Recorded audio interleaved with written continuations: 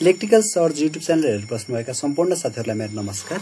मैले गएको भिडियोमा नेपाल विद्युत प्राधिकरणको प्राविधिक सेवा इलेक्ट्रिकल समूह, इलेक्ट्रिकल उपसमूह 5औं तह अर्थात सुपरभाइजर पदको वर्गात्मक लिखित परीक्षाको वस्तुगत प्रश्नको क्वेशन नम्बर 12 सम्म सल्भ गराइसकेको छु। आजको यस भिडियोमा मैले बाँकी क्वेशन सल्भ गराउन गइरहेको छु। क्वेशन नम्बर 13 मा सोधेको थियो step potential and touch potential is associated with option A मा high voltage transmission, option B मा earthing of substation, option C मा voltage rise in substation र अप्सन डी मा कम्युनिकेसन सिस्टम। र step potential भनेको चाहिँ दुईवटा खुट्टा बीचमा डेभलप हुने पोटेन्शियल हो र टच पोटेन्शियल भनेको यदि हामीले हात फल्टी सिस्टमलाई टच गरेछौं भने त्यो हात र खुट्टा बीचमा डेभलप हुने पोटेन्शियललाई टच पोटेन्शियल भनिन्छ र यो अर्थिङ अफ सब स्टेशनमा एसोसिएटेड हुने टर्म हो र यसको सही उत्तर अप्सन बी हो। क्वेशन नम्बर 14 इन यासोबी सर्किट ब्रेकर यासोबी is option A single oil bulb, option B single open bulb, option C small oil bulb र option D small open bulb. र यासोबी भनेको स्मल ओइल बल्ब हो। Minimum oil bulb small oil volume bulb भएछ। Small oil volume भनेको यासोबी हो र यसको सही उत्तर option C. Question number 15 which of the following is protective device against lightning over voltage। lightning over voltage को प्रोटेक्ट गर्न लाइटनिङ एरेस्टरहरु युज गरिन्छ र कुन डिभाइस हो भनेर सोधेको थियो। Option A rod gap, B surge absorber र अप्सन सी हर्न ग्याप र डी मा all of above.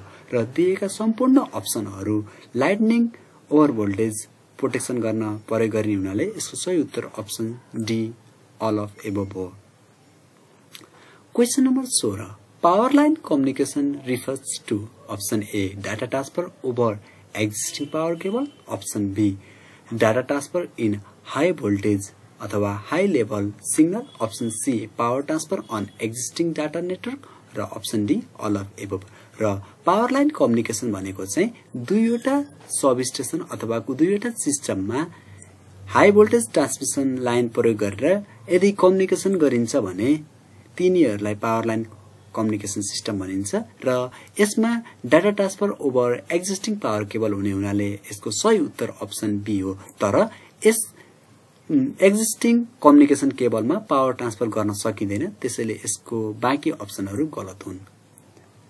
Question number 17 for the same voltage drop if voltage level is double, option A cross section of conductor will be half, option B cross section of conductor will be same, option C cross section of conductor will be double र option D cross section of conductor will be 1/4।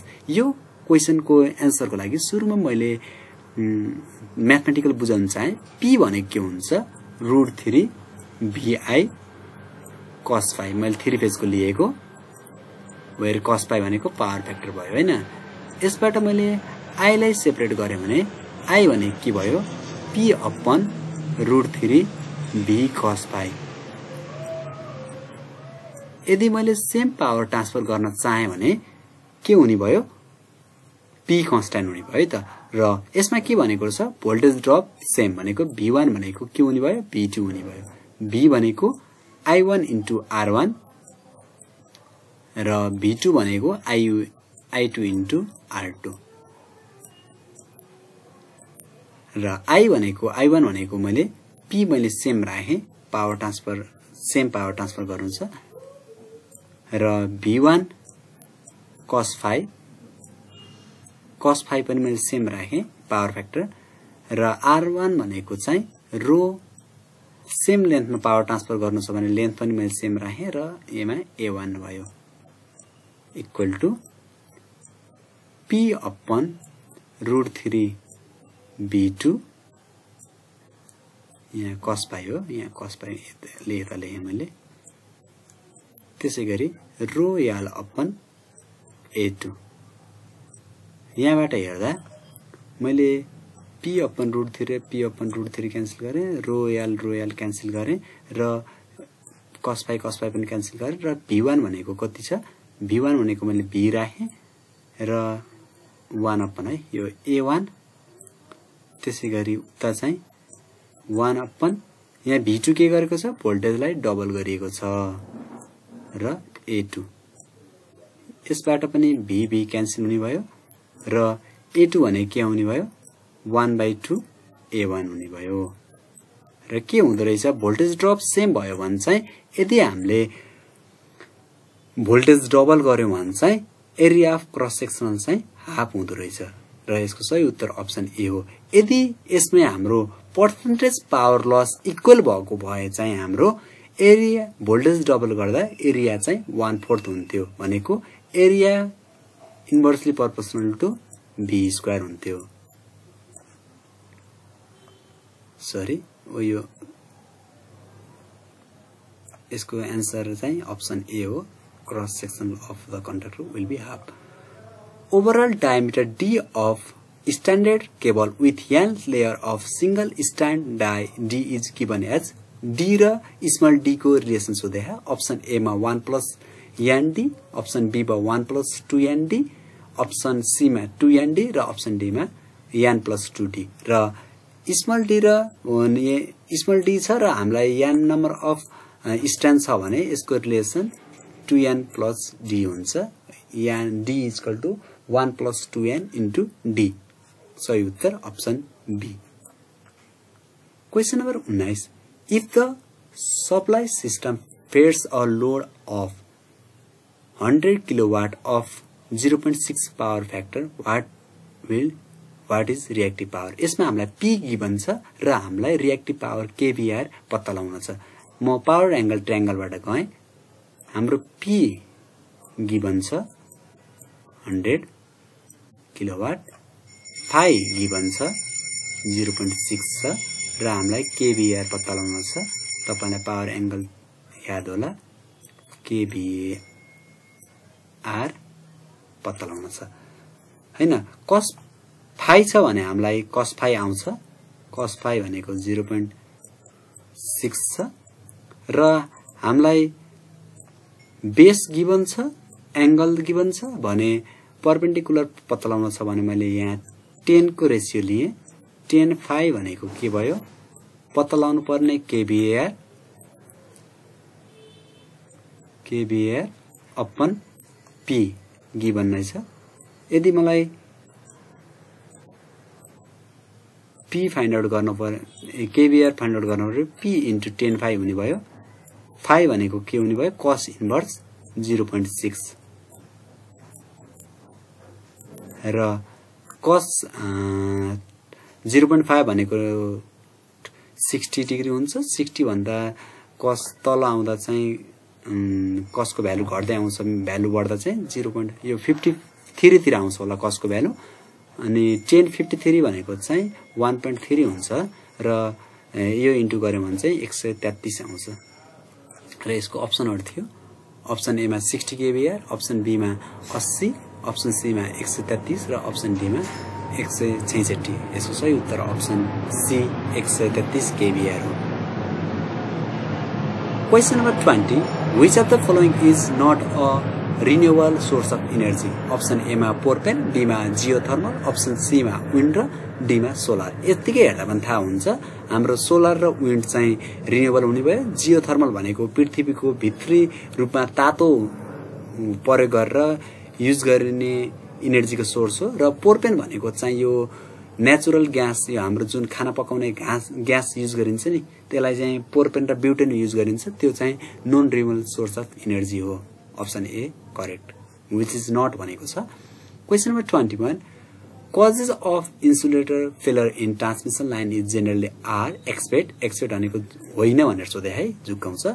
क्रैकिङ, be मा line supporter, option C मा flash over र D मा defective insulator.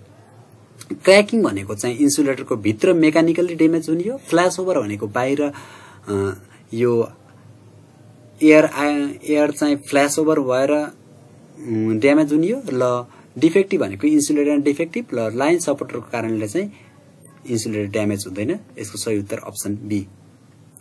Question number 22 which of following parameter can be neglected for short transmission line. Option A capacitance, option B inductance, option C resistance र option D impedance. र short transmission लाइनमा हामीले modelling गर्दाका लागि चाहिँ क्यापेसिटेन्स neglect गरिन्छ। यसको सही उत्तर अप्सन ए हो।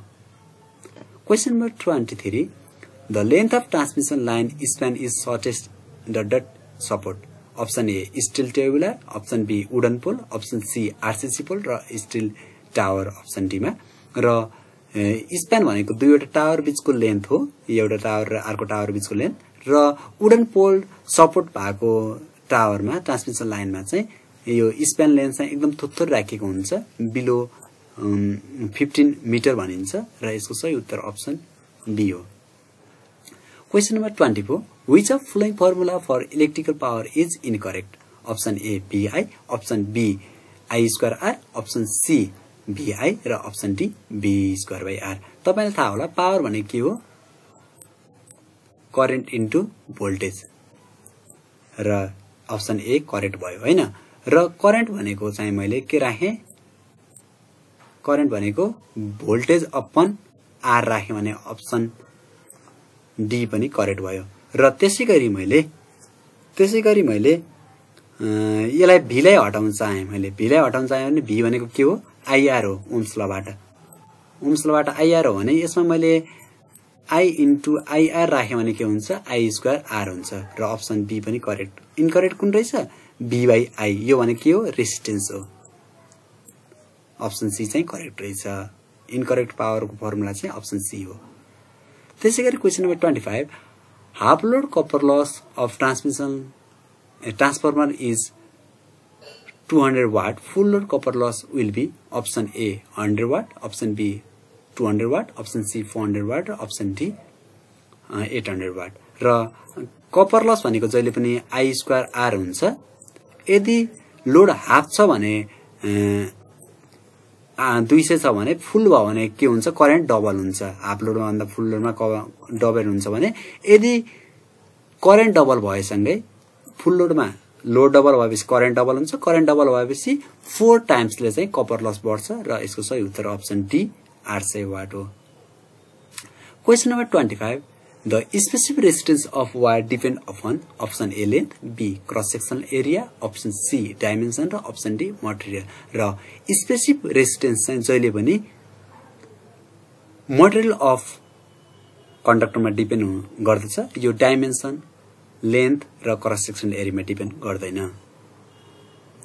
र question number 27 in DC generator critical resistance refers to resistance of field, B armature, option C brush र डी लोड। ल मैले तपाईलाई क्रिटिकल रेजिस्टेन्स को डिफाइन गर्न चाहे, the maximum value of field winding resistance at which generator just build up the its voltage भनेको voltage buildup process start हुने value of रेजिस्टेन्सलाई क्रिटिकल रेजिस्टेन्स भनिन्छ र यो फिल्ड वाइन्डिङसँग रिलेटेड रहेको छ। Question number 28